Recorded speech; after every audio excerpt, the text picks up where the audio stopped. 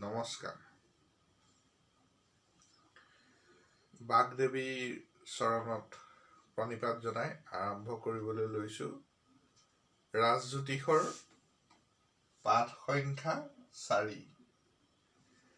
পাঠ সংখ্যা 3ত আমি আলোচনা কৰিছিলোঁ ৰাশি 12 ৰাশিৰ বিভিন্ন সংস্কৃত আৰু ইংৰাজীত নামখিনি। আজি পাঠটো চমু হ'বৰ বাবে মই আগতেই নামখিনি লিখি লৈছোঁ। প্ৰিয় দৰ্শকসকল, আপোনালোকে এই নামখিনি লিপিবদ্ধ কৰিবলৈ চেষ্টা কৰক, ভৱিষ্যতে কামত আহিব। গতিকে মই নামখিনি কৈ গৈছোঁ, আপোনালোকে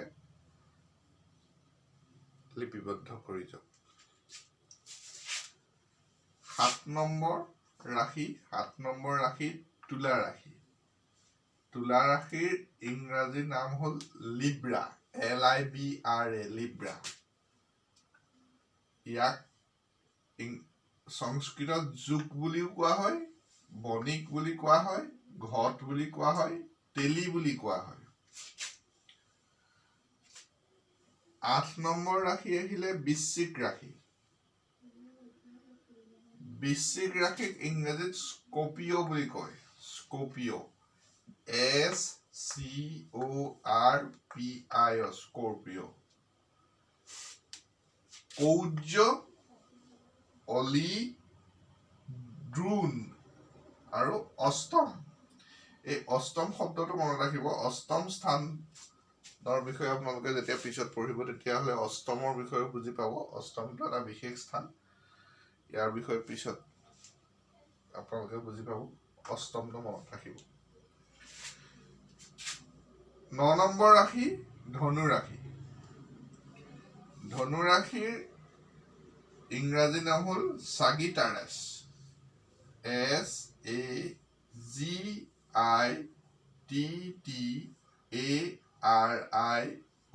SAGITARIOUS। সংস্কৃতত নাম হ'ল চাপ, ধন্যী, কমাল, কামান নহয়, কমান, হৰাসন। চাপ, ধন্যী, কমান আৰু হৰাসন, কামান নহয়। 10 নম্বৰ ৰাশি আহিলে মকৰ ৰাশি। আপোনালোকে শুনিছে কৰ্কট সংক্ৰান্তি, মকৰ সংক্ৰান্তি, সেইটোনো কি আমি পিছত আলোচনাও কৰিম। গতিকে সেই মকৰ ৰাশি ইংৰাজীত কয় কেপ্ৰিকৰ্নাছ,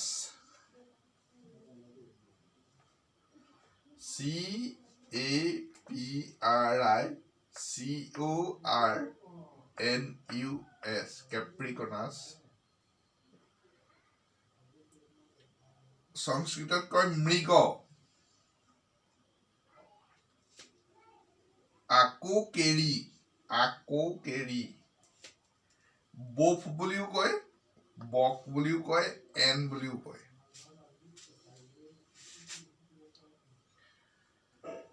অকণমান শব্দবিলাক থেপাথেপিও হয়তো হৈছে। মৃগ, আকৌকেৰি, বোফ, বক, এন। 11 নম্বৰ ৰাশি আহিলে কুম্ভ ৰাশি। কুম্ভ ৰাশিক একুৱাৰাছ বুলি কোৱা হয়,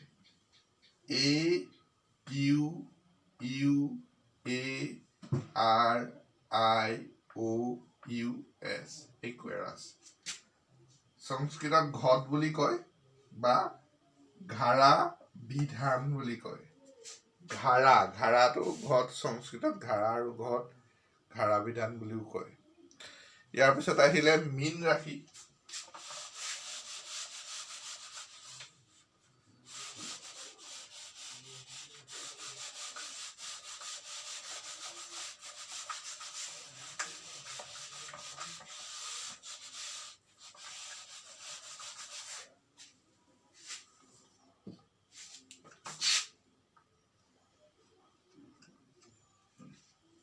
12 নম্বৰ আহিলে মীন ৰাশি।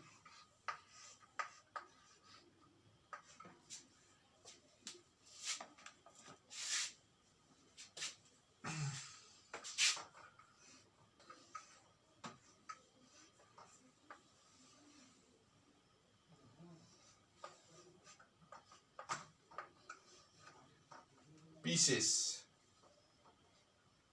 সংস্কৃতত কয় অন্য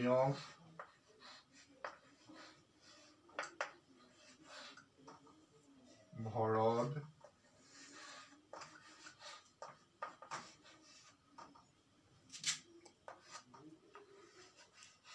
মাহী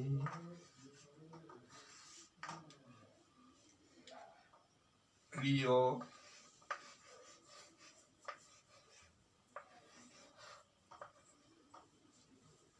ৰিফ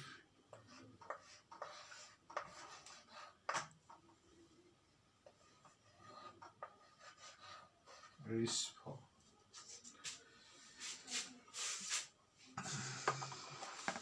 এই 12টাই হ'ল আমাৰ ৰাশি আৰু ইয়াৰ ইংৰাজী নাম আৰু সংস্কৃতৰ বিভিন্ন কিতাপত ব্যৱহাৰ হোৱাৰ মতে ইয়াৰ নাম। গতিকে আজি আমাৰ ৰাশিৰ নামৰ পাঠ শেষ হৈছে। ইয়াৰ পিছত এতিয়া আপোনালোকৰ বিহুৰ ছিজন চলি আছে, গতিকে বিহুৰ ছিজনত আপোনালোকৰ ৰাশি বা বৰ্ষচক্ৰ চোৱাৰ এটা হেৰি আহিব।